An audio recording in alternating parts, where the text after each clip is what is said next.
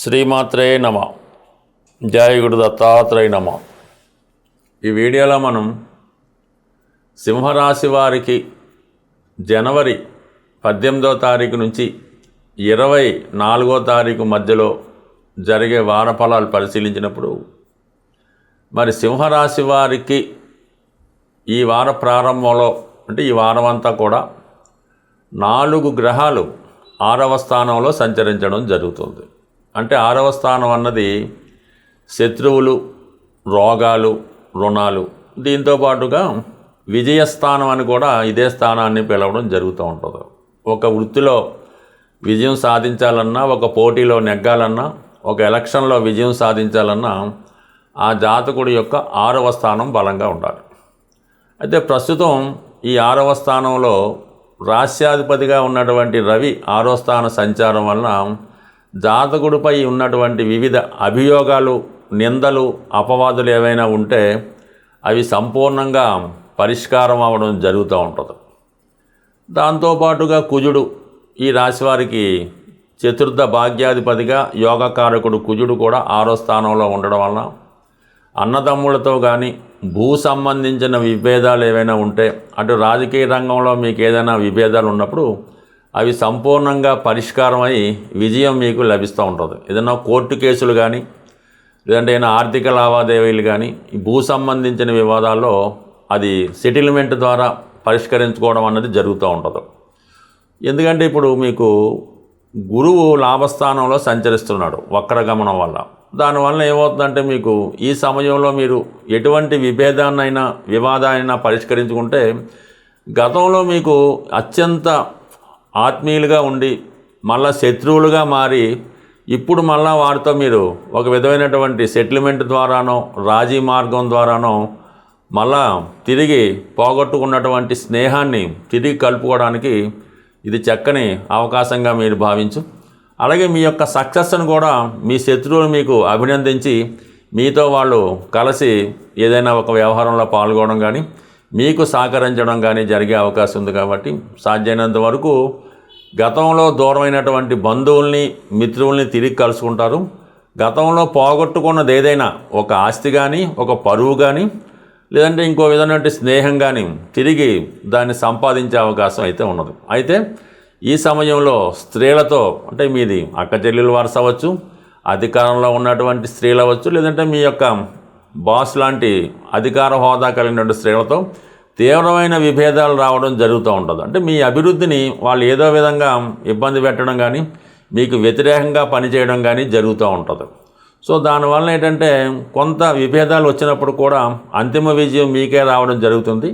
కానీ ఈ సమయంలో దగ్గర బంధువులతో, రక్త సంబంధికులైనటువంటి స్త్రీలతో వచ్చిన విభేదాలు మీకు కొంత ఇబ్బంది పెడతా ఉంటాయి. ఎస్పెషల్లీ అది మీ అత్తవారితో బంధువులతో కూడా ఇటువంటి విభేదాలు కానీ, లేదంటే మీ కుమార్తె కోడలతో కానీ ఇటువంటి విభేదాలు రావడం జరుగుతూ ఉంటుంది.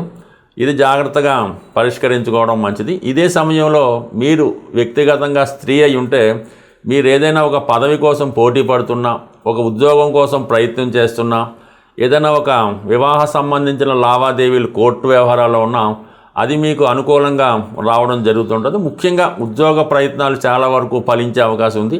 అయితే మీకు వచ్చినటువంటి లాభం మరి కొంతమందికి నష్టం కలిగించే అవకాశం కూడా ఉంది. ఇది దృష్టిలో పెట్టుకొని మీరు మీ యొక్క సక్సెస్ని వెళ్ళవలసి ఉంటుంది. బట్ ఏదైనా తీవ్రమైన పోటీలో విజయం మీకు వస్తుంది. దానివల్ల దగ్గర వారు కూడా కొంత నష్టపోయే సూచనలు ఉండడం జరుగుతుంటుంది. బట్ ఏదైనా ఒకరికి లాభం, ఒకరికి నష్టం సహజం. కాబట్టి ఇవేవి మీరు పట్టించుకోకుండా మీరు మీ యొక్క విజయాన్ని ఎంజాయ్ చేయడం అన్నది చాలా వరకు మంచిది. బట్ ఏదైనా దూరమైన ఒక ఆత్మీయుడు మిమ్మల్ని తిరిగి కలుసుకోవడం జరుగుతూ ఉంటుంది. అలాగే ప్రధానంగా మీ యొక్క దైవభక్తి, ఆధ్యాత్మిక చింతన, గతంలో చేసినటువంటి ఇతరులకు మీరు చేయనటువంటి సహాయ సహకారాలు, దానివల్ల మీకు ఇప్పుడు ఉపయోగం కలుగుతూ ఉంటుంది. బట్ ఏదైనా మీరు ఎంత అభివృద్ధి చెందుతున్నా మీ అపోజిషన్ వారు కూడా మీ మీద ఏదో విధంగా అపవాదు చేయాలని, మీ యొక్క విజయం మీద బురద జల్లాలని, మిమ్మల్ని అన్పాపులర్ చేయాలనే తీవ్ర ప్రయత్నం జరుగుతూ ఉంటుంది. బట్ ఈ అష్టమశని ప్రభావం వల్ల సాధ్యమైనంత వరకు చిన్న ఇబ్బంది పెద్ద కష్టాన్ని కూడా తేవడం జరుగుతుంటుంది. కాబట్టి చాలా విషయాలు జాగ్రత్తగా ఉండండి.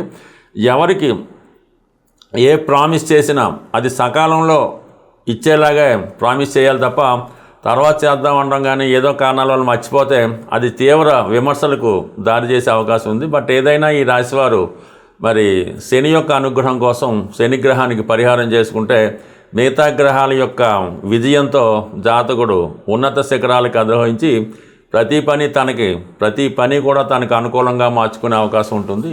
సాధారణంగా ఈ గోచార ఫలితాలు పరిశీలిస్తున్నప్పుడు ఈ శుక్రగ్రహం ప్రస్తుతం శుక్రమౌఢ్యం ఏర్పడిన కారణంగా ఈ శుభకార్యాలు వివాహాలు అన్నవి జరగకుండా పోస్ట్పోన్ చేయడం జరుగుతూ ఉంది. అంతే ఏదైనా ఒక శుభకార్యం జరగాలన్నా, ఆర్థిక పరంగా ఒక వ్యాపారం బాగుండాలన్నా, ఆ గృహంలో అందరూ సుఖ సంతోషాలతో మంచి బట్టలు, మంచి భోజనం, మంచి పడక, అలాగే ఆ కుటుంబంలో ఉన్నటువంటి స్త్రీలకి ఆరోగ్యంగా చాలా ఆనందంగా ఉండాలన్నా కూడా శుక్రుడు తప్పనిసరిగా అటు గోచార రీత్యా బలంగా ఉండాలి, వారి జన్మజాతక రీత్యా కూడా బలంగా ఉంటేనే జాతకుడు ఈ జన్మ తీసుకున్నందుకు జీవితంలో అనుభవించవలసి ఉంటుంది. అంటే శుక్రుని యొక్క అధిదేవతగా లక్ష్మీ అమ్మవారు ఉండడం జరుగుతూ ఉంటుంది.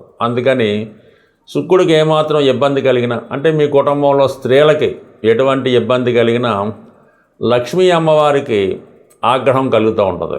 ఎప్పుడైతే అమ్మవారికి ఆగ్రహం కలిగిందో అమ్మవారు ఆ గృహాన్ని విడిచి వెళ్ళిపోతారు.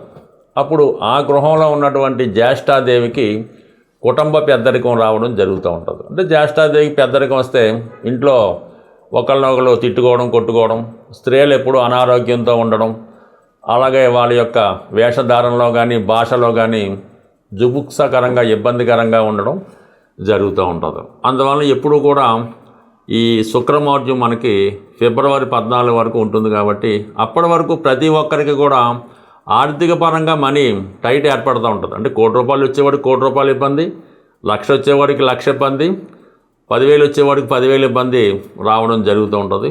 ఈ సమయంలో కంప్లీట్గా మీరు ఈ సమస్యల నుంచి బయటపడాలంటే ముఖ్యంగా మీ కుటుంబంలో ఉన్నటువంటి స్త్రీలకి కంపల్సరీగా గౌరవించాలి.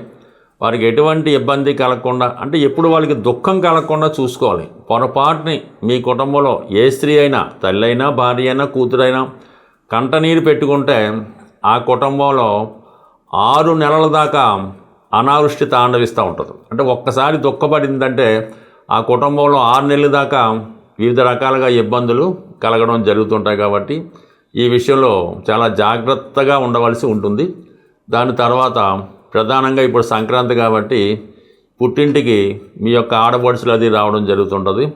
వారు వెళ్ళిపోయినప్పుడు కంపల్సరీగా వాళ్ళకి తగు విధంగా మీకు ఏమీ లేకపోయినా వాళ్ళకి సత్కరించవలసి ఉంటుంది. వాళ్ళకి సంతోషంగా, ఆనందంగా పంపవలసి ఉంటుంది. వాళ్ళు ఏమాత్రం వెళ్తూ నిష్ఠూరంగా మాట్లాడినా, బాధపడినా, ఇబ్బంది పడినా మళ్ళా వచ్చే సంవత్సరం దాకా మీ కుటుంబంలో ఏదో ఒక ఇబ్బంది నడుస్తూ ఉంటుంది. కాబట్టి కంప్లీట్గా వాళ్ళని గౌరవప్రదంగా చూడటం అన్నది మంచిది. ప్రధానంగా ఇటువంటి సమస్యలు రాకుండా ఉండాలంటే మీ యొక్క ఇంట్లో, మీరుంటున్న గృహంలో ఆగ్నేయపరంగా దోషం లేకుండా ఉండాలి. అలాగే మీ యొక్క వంటిల్లు కూడా చాలా శుచిగా, శుభ్రంగా, ఆరోగ్యకరంగా ఉన్నప్పుడు ఆటోమేటిక్గా ఈ స్త్రీల వల్ల వచ్చే ఇబ్బందులు, ఆర్థిక సమస్యలన్నీ కూడా సంపూర్ణంగా పరిష్కారం అవుతూ ఉంటాయి.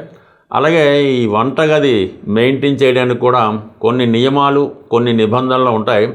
అవి మీ పెద్దవారి ద్వారా అడిగి ఆ విధంగా పాటించడం వల్ల మీ కుటుంబం మరింత ఆరోగ్యంగా, ఐశ్వర్యంగా, ఆనందంగా ఉండే అవకాశం ఉంటుంది. కాబట్టి ప్రతి ఒక్కరూ కూడా మీ యొక్క గృహంలో వాస్తుపరమైనటువంటి ఆగ్నేయ దోషం లేకుండా చూసుకుంటే ఆ కుటుంబంలో ప్రతి స్త్రీ ఆనందంగా ఉంటుంది. ప్రతి మగవాడు కూడా ఎటువంటి వ్యసనం లేకుండా భార్య విధేయుడై ఉండడం జరుగుతుంది. స్వస్తి.